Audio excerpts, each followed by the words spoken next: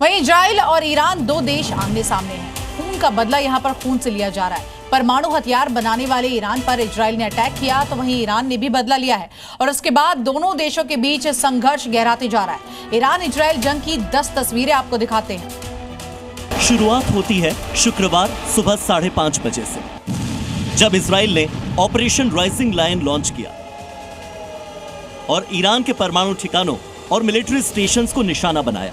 Israeli हमले में अब तक ईरान के 6 परमाणु वैज्ञानिक और 20 से ज्यादा मिलिट्री कमांडर समेत 78 लोग मारे गए। वहीं 350 से ज्यादा घायल हैं और घायलों की संख्या में इजाफा हो रहा है।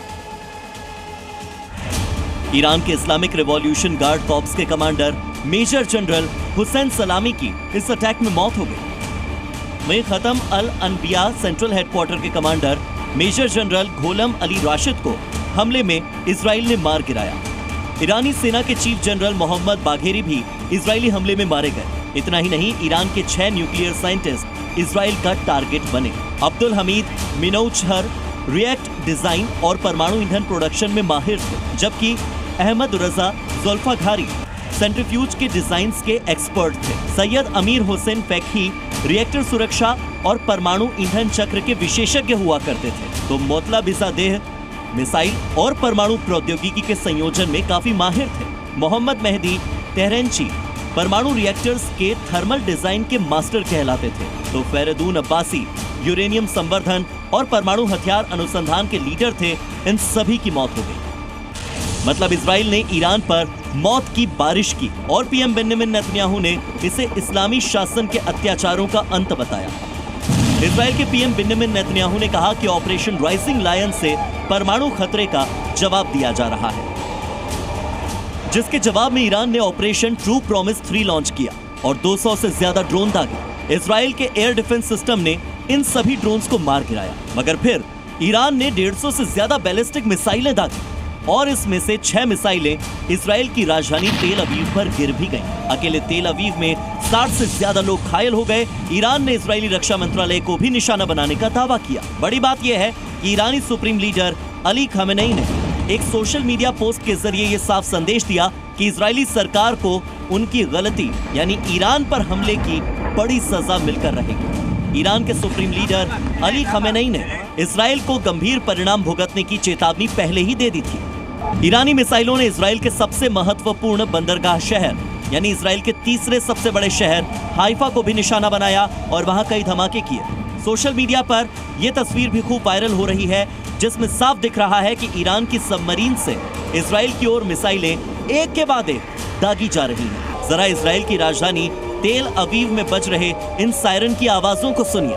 कुल मिलाकर ईरान ने 24 घंटे बीतने से पहले ही अपने ऐलान के अनुसार इजराइल को धुआं करके घुटने पर ला दिया। ये तस्वीर आज की सबसे खौफनाक तस्वीर है, जहां ईरान ने अपनी मिसाइल से इजराइल के सबसे महत्वपूर्ण एयर डिफेंस सिस्टम को ही बर्बाद कर दिया और पूरा आसमान लाल हो गया। ईरान ने इजराइल पर जवाबी हमला किया और 24 घंटे में ईरान ने बदला लिया।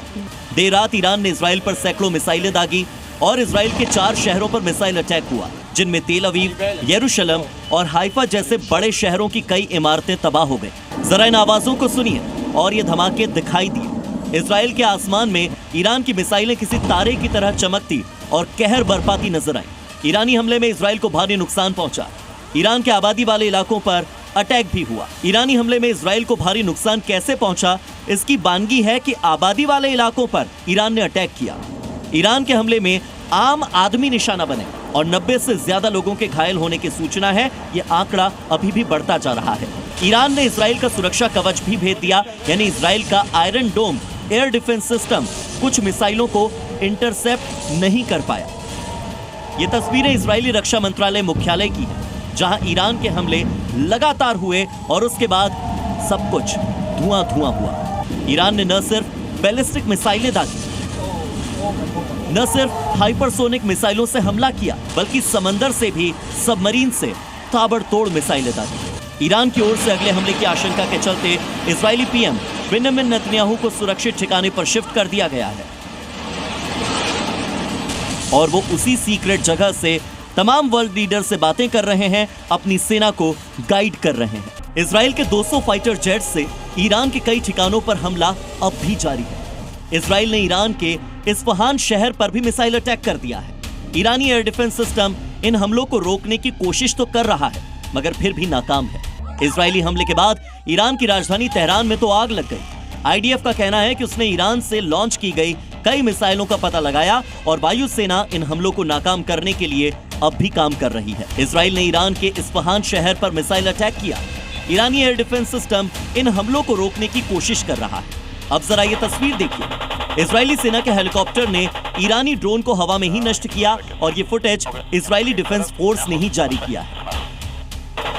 एक तरफ तेहरान का मेहराबाद इंटरनेशनल एयरपोर्ट आग की लपटों में घिरा नजर आ रहा है, तो दूसरी तरफ इजराइल ने ईरान के असादाबाद एयरबेस को भी बर्बाद करके रख दिया है। न जाने ऐसे कितने एयरपोर्ट और कितने एयरबेस अभी और हैं जो इजराइल के टारगेट पर हैं। इस सब के बाद अमेरिका और ईरान के बीच रविवार को जो न्यूक्लियर डील पर छठे दौर की बातचीत होनी थी वो रद्द हो गई है।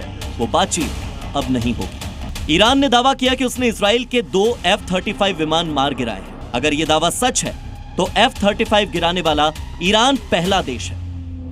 इधर सेंट्रल इजराइल में ईरान के बैलिस्टिक मिसाइल हमले के बाद कई घरों को नुकसान पहुंचा, कई इमारतें नस्तनाबूद हो गई। उत्तरी इजराइल और इजराइल के कंट्रोल वाले गोलान हाइट्स में लगातार सायरन बज रहे हैं। लोगों से बम शेल्टर्स में जाने की अपील की जा रही है। जब आयरन डोम तबाह हुआ तो इजराइल ने अमेरिका के terminal high altitude area defence यानी कि थार्ड सिस्टम की मदद ली और ईरान की एक बैलिस्टिक मिसाइल को रोक दिया। दरअसल अमेरिका ने अक्टूबर 2024 में इजराइल में थैड को तैनात किया था। ईरान के बड़े अधिकारी ने यह ऐलान किया है कि अगर इजराइल यूं ही ईरान पर जवाबी हमला करता रहा तो तेहरान इजराइल में आर्थिक बुनियादी ढांचों पर हमला करेगा, इजराइल के ऊर्जा स्रोतों पर ऐसा अटैक करेगा कि दुनिया देखती रह जाएगी। Z News।